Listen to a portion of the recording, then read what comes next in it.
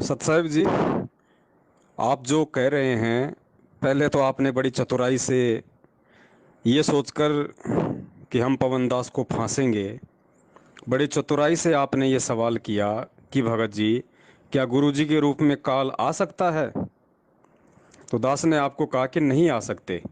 गुरुजी के रूप में काल नहीं आ सकते, संत रामपाल जी महाराज जी के रूप में काल नहीं आ सकता।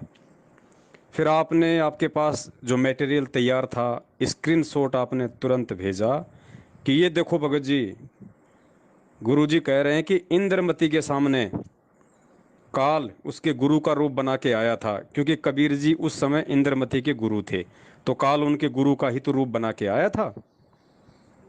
तो देखिए, परमात्मा कहते हैं जिसकी जितनी बुद्धि उतना दे बताए, उसका बुरा मत मानियो, बेचारा अधिक कहाँ से लाए। अब ये अध्यात्म है। अगर इस अध्यात्म को समझना इतना ही आसान होता तो परमात्मा ने 4 युगों से इतने पापड़ बेलने की जरूरत नहीं थी। दो दो बार परमात्मा ने 2-2 साल, 6-6, 7-7 साल जेल काटने की जरूरत नहीं थी।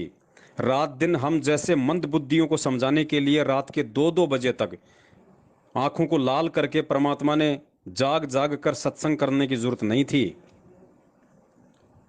ये संकेत हैं, इन चीजों को समझना पड़ेगा। आपके गुरु के रूप में अगर काल आना शुरू हो गया, आप लाख जन्म में सतलोक नहीं जा सकते, क्योंकि आपके गुरु के रूप में कदम कदम पे आपको भ्रमित करेगा, कदम कदम पे आपके सामने खड़ा होगे। आप लाख जन्म सतलोक नहीं जा सकते। और ये तो भक्ति युग है, पीक टाइम है मोक्ष का। इस समय तो 1% भी नहीं आ सकता। वो 1% भी क्या होता है? अब आप जो इंद्रमती का उदाहरण दे रही हैं कि फिर इंद्रमती के सामने उसकी गुरु के रूप में काल कैसे आया, तो बहन जी, उस समय इंद्रमती के सामने इंद्रमती के गुरु के रूप में वो काल नहीं आया।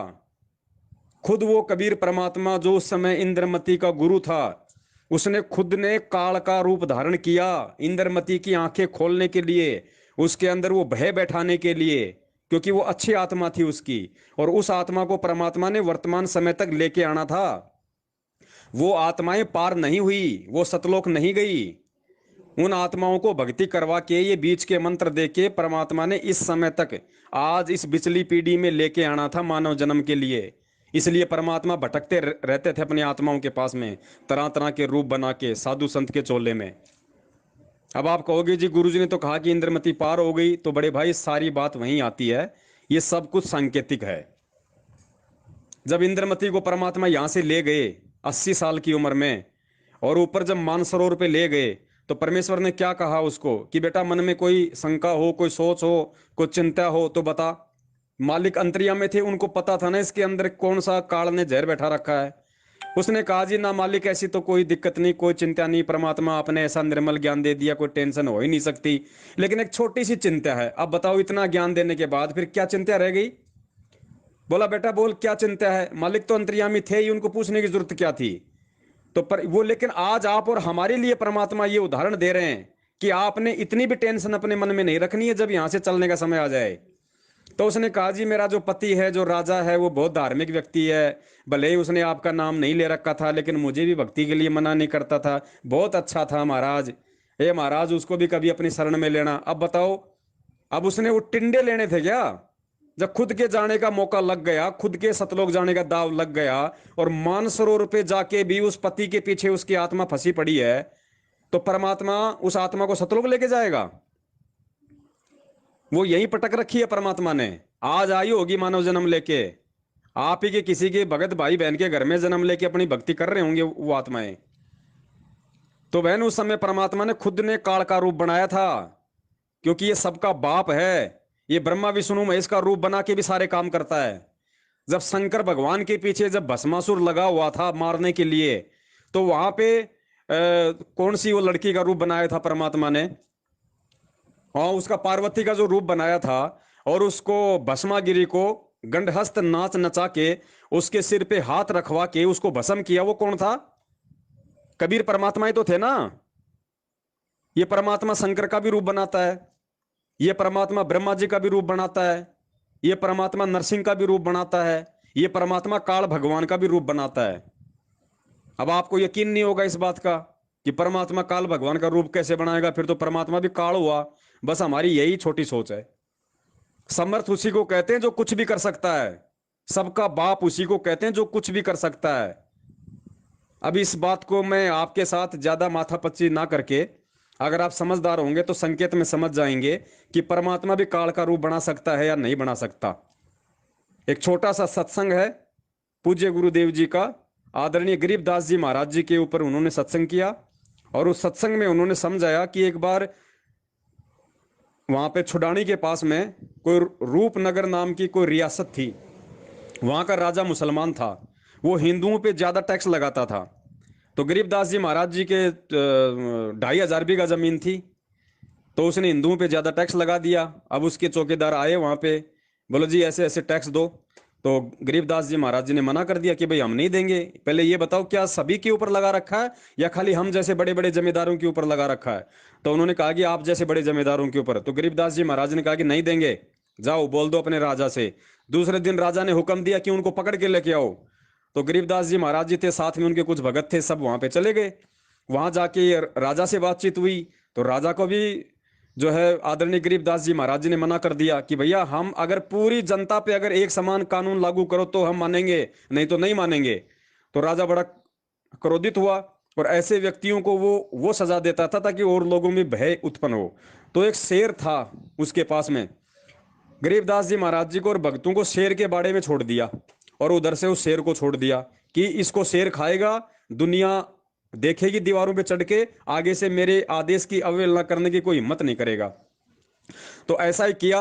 अब महाराज तो महाराज थे, वो तो परमात्मा थे। शेर जैसे सामने आया, गरीबदास जी महाराज जी ने आशीर्वाद की मुद्रा में हाथ कर दिया, वो कुत्ते की तरह जमीन पे बैठ के पूंछ हिलाने लग गया। और फिर उसी समय जो जो व्यक्ति वहां जो खड़े थे, गुरुदेव ने बताया, ध्यान से सुनना ये सत्संग आगे, जितने भी लोग वहां पे खड़े थे हजारों की संख्या में गांव वाले, जो ब्रह्मा जी की पूजा करता था गरीबदास जी महाराज जी ने उसको ब्रह्मा जी के रूप में दर्शन दिया। जो भैरू की भक्ति करता था उसको भैरू के रूप में दर्शन दिया। जो ब्रह्मा विष्णु महेश की करता था उसको उसके रूप में दिया दर्शन। यानी जो जिसको अपने इष्ट रूप में पूज के भक्ति करता था उसी रूप में गरीबदास जी महाराज जी ने वहां सबको दर्शन दिए। और जो राजा था जिसकी की बात है वसीबूत थी, गरीबदास जी महाराज जी ने काल के रूप में दर्शन दिए। ये सत्संग ध्यान से सुन लो और उम्मीद करता हूँ बहुत समाधान हो गया होगा आगे से। और फरूखनगर की रियासत में छुडानी पड़ती थी, जो पड़ता था शहर, ये फरूखनगर की रियासत में पड़ता था। तो फरूखनगर का नवाब बहुत बदमाश था। उसने क्या किया कि हिंदुओं के ऊपर एक विशेष कर लगा दिया, जमींदारों पर विशेषकर जो जमीन का। तो सबसे ज्यादा जमीन गरीबदासिया का। जब वहां पर वो पहुंचे उनके वर्कर कर्मचारी, तो महाराज जी ने पूछा भाई ये सभी पर लगा दिया या हमारे पर लगाया है, यानी हिंदुओं पर लगाया है? तो बोले काफिरों पर लगाया है ये। यानी तो राज साहब का जैसा वो माहौल है कह दे बंदी छोड़, बोले भाई हम फिर ये नहीं देंगे, आपका कारोबार नहीं देते, जा कह देते रहे राजा। राजा ने जाको 19 और लाई। तो राजा ने फिर सुनिश्चित भेज दिया कि या तो फलाने दिन यहाँ पर उपस्थित हो जा, और नहीं तो घसीट के लाएंगे घोड़े का बांध के। गरीबदास जी महाराज के साथ 4-5 हमारे जैसे भक्त, और साथ में गरीबदास जी फरूखनगर पहुंच गए। जब फरूखनगर पहुंचे पता चला कि वो मुर्जिम आ गए।